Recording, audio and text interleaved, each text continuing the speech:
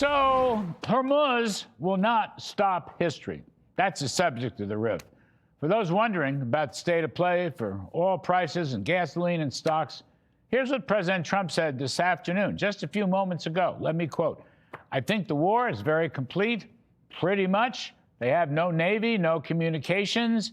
They've got no Air Force, and that the U.S. is very far ahead of its initial 4 to 5 week estimated time frame." Soon after the president's statement, oil prices fell and stocks rose. And I have faith in him and in his initial judgments, which have been superb. And I also have faith in the American people to stand behind President Trump's epic fury in order to change the course of history, completely shift the international landscape on the world's balance of power in favor of the United States, in favor of the Western democracies, of course, in favor of Israel and our friends in the Middle East. I even saw a 52% favorable Rasmussen poll on the Iranian war.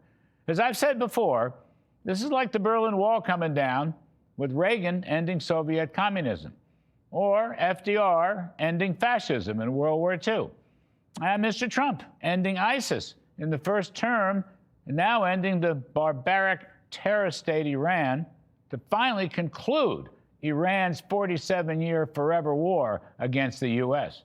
A temporary blip in gasoline prices, a very small price to pay to achieve literally world-shattering results. Mr. Trump is bending the arc of history toward freedom and prosperity. And if you're looking for economic impact estimates, you know, they're a dime a dozen. I wouldn't put much confidence in any of them right now. Inflation, recession, stagflation, whatever. I suppose it all depends on the duration of the war, which is unknowable, but it's not going to be 6 months or 12 months or longer. Therefore, why bother to even guesstimate? We can say this factually, though. Through the third quarter of 2025, that according to OPEC, world oil production supply was 106.3 million barrels per day, and that was more than world oil demand, which was 105.5 million barrels per day. So, supply well over demand. Now, if you took out a fifth of oil production because of the Strait of Hormuz, of course you might have a dire strait. But Mr. Trump is moving rapidly to reopen Hormuz with reinsurance guarantees and U.S. Navy protection.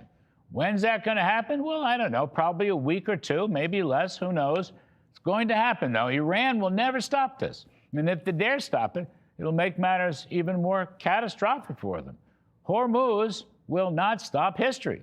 Investors should look through this war and see the enormous prosperity potential that lies on the other side.